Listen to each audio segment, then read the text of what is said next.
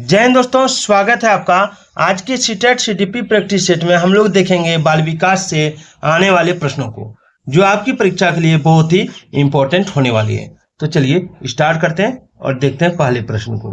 पहला सवाल है कि शिक्षा मनुष्य की जन्मजात शक्तियों का स्वाभाविक सामरस्य व प्रगतिशील विकास है। यह कथन किसका है? प्लेटो का, रूसो का, अरस्तु का या पेस्टोलॉजी का? किसका कथन है?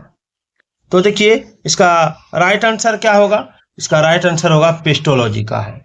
शिक्षा मनुष्य की जन्मजात शक्तियों का स्वाभाविक समरस व प्रगतिशील विकास है। यह कथन पेस्टोलॉजी यानी option D the right answer.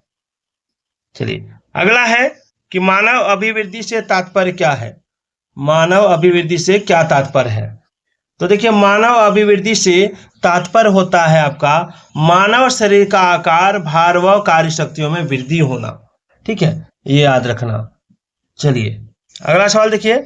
अगला है कि मानव की अभिवृद्धि एक निश्चित आयु तक होती है, यह मानी जाती है।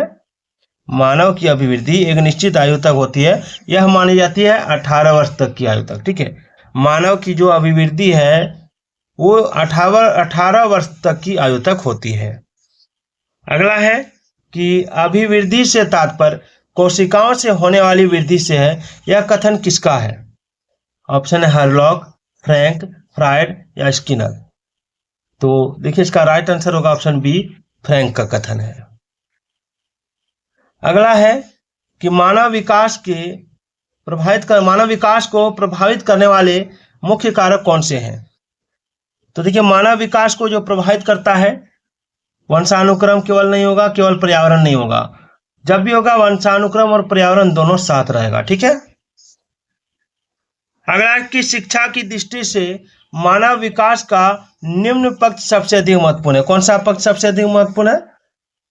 शिक्षा की दृष्टि से मानव विकास का निम्न पक्ष सबसे अधिक महत्वपूर्ण है। तो ऑप्शन है शारीरिक, मानसिक, सामाजिक या संवेगात्मक। तो देखिए ये हो जाएगा ऑप्शन बी, मानसिक। ठीक है। अगला है कि रॉस ने मानव विकास को बांटा। कितने भागों में बांटा है रॉस ने मानव विकास को? ऑप्शन है 2 भाग, 4 भागों में, 6 भागों में या 10 भागों में। तो इसका आंसर होगा ऑप्शन बी, 4 भागों में। अगला है कि रॉस के अनुसार शेषवावस्था मानी जाती है। रॉस के अनुसार शेषवावस्था कब से कब तक मानी जाती है? ऑप्शन है 1 से 3 वर्ष, 1 से 5 वर्ष, 1 से 4 वर्ष या 1 से 6 वर्ष। तो देखिए इसका राइट आंसर होगा ऑप्शन ए, 1 से 3 वर्ष। ठीक है।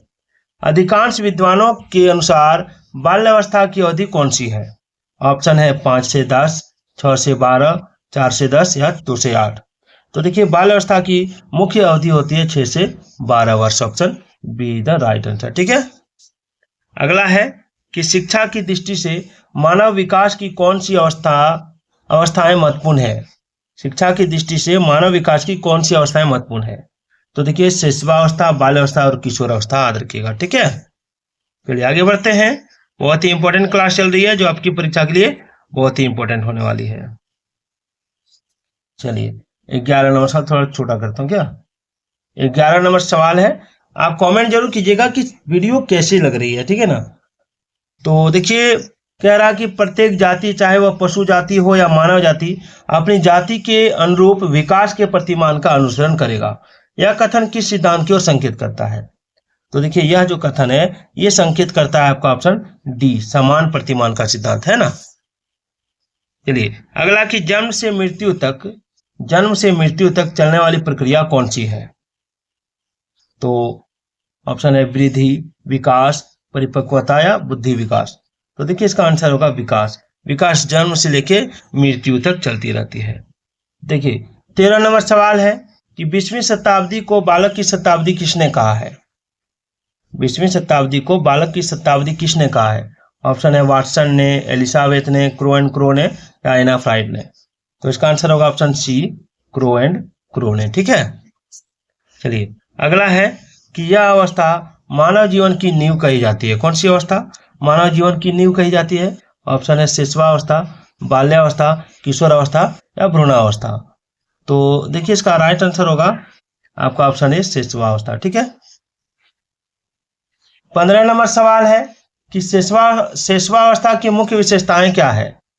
शिशुवावस्था की मुख्य विशेषताएं क्या है। ऑप्शन शारीरिक विकास में तीव्रता, दूसरों पर निर्भरता, अनुकरण द्वारा सीखने की प्रवृत्ति, ऑप्शन डी उपरोक्त सभी। तो इसका आंसर हो जाएगा ऑप्शन डी उपरोक्त सभी। ठीक है, चलिए 16 नंबर सवाल है कि शिशुवावस्था को सीखने का आदर्श काल किसने कहा है। शिशुवावस्था को सीखने का आदर्श काल किसने कहा है, तो वैलेंटाइन ने कहा है। ठीक है ना। 17 नंबर सवाल है कि शिशु में जन्म के समय पाया जाने वाला संवेग कौन सा है। ऑप्शन है भय, क्रोध, प्रेम या उत्तेजना। तो देखिए जन्म के समय केवल उत्तेजना ये संवेग पाया जाता है शिशु में। उसके बाद है इस अवस्था के प्रथम 6 वर्षों में बालक बाद के 12 वर्षों से अधिक सीख लेता है। किस अवस्था के, तो ऑप्शन है शिशुवावस्था, बाल्यावस्था, किशोरावस्था या इनमें से कोई नहीं। तो आंसर होगा शिशुवावस्था, है ना। चलिए अगला है कि शिशुवावस्था में शिशु को निम्न प्रकार शिक्षा दी जानी चाहिए। कौन सी शिक्षा दी जानी चाहिए, तो ऑप्शन डी उपरोक्त सभी। आत्म प्रदर्शन के अवसर दें, चित्रों व कहानियों द्वारा शिक्षा दें, विभिन्न अंगों की शिक्षा दें। ठीक है ना। चलिए 20 नंबर सवाल देखिए। 20 नंबर सवाल है कि कौल व ब्रुश ने बाल्यावस्था को क्या माना है। तो देखिए कौल व ब्रुश ने बाल्यावस्था को अनोखा काल माना है। ठीक है। अगला कि बाल्यावस्था को मिथ्या परिपक्वता काल कहा जाता है। किसने कहा है, बाल अवस्था को मिथ्या परिपक्वता का काल किसने कहा है, तो देखिए इसका राइट आंसर होगा रॉस ने कहा। किसने कहा है, रॉस ने। आगे है कि बाल अवस्था में पाई जाने वाली प्रवृत्तियां कौन सी हैं। तो देखिए बाल अवस्था में पाई जाने वाली प्रवृत्तियां हैं निरुद्दिष्ट भ्रमण की प्रवृत्ति, जिज्ञासा की प्रबलता, रचनात्मक कार्यों में आनंद लेना, उपरोक्त सभी। ठीक है, तो इसका ये आंसर हो जाएगा आपका ऑप्शन डी। ठीक है। 23 नंबर है कि इस अवस्था को समूह अवस्था या चुस्ती की अवस्था भी कहा जाता है। कौन सी अवस्था है, तो देखिए ये जो अवस्था है ये है आपका बाल्य अवस्था। ठीक है। अगला है कि किशोर अवस्था पर सबसे अधिक कार्य करने वाले मनोवैज्ञानिक कौन है, तो देखिए इसका राइट आंसर होगा option B Stanley Hall. Stanley Hall ने इस अवस्था को बड़े संघर्ष, तनाव व तूफान की अवस्था कहा है। तो देखिए इसका राइट आंसर होगा आपका ऑप्शन डी किशोर अवस्था को। ठीक है। आगे देखिए कि किशोर अवस्था कठिन काल कहा जाता है। क्योंकि, तो किशोर अवस्था को कठिन काल इसलिए कहा जाता है क्योंकि शारीरिक विकास में तीव्रता के कारण, मूल्यों, आदर्शों व संवेगों में संघर्ष के कारण, आवेगों व संवेगों में परिवर्तन के कारण, यानी उपरोक्त सभी हो जाएगा। 27 नंबर है कि किशोर अवस्था की मुख्य विशेषता क्या है। तो देखिए किशोर अवस्था की मुख्य विशेषता है आपका काम शक्ति की परिपक्वता, स्वतंत्रता व विद्रोह की भावना, जीवन दर्शन का निर्माण, यानी उपरोक्त सभी। ठीक है। आगे है कि किशोर अवस्था के विकास के सिद्धांत कौन कौन से हैं। तो देखिए किशोर अवस्था के विकास के सिद्धांत है आपका त्वरित विकास का सिद्धांत, क्रमशः विकास का सिद्धांत, यानी ऑप्शन सी उपरोक्त दोनों।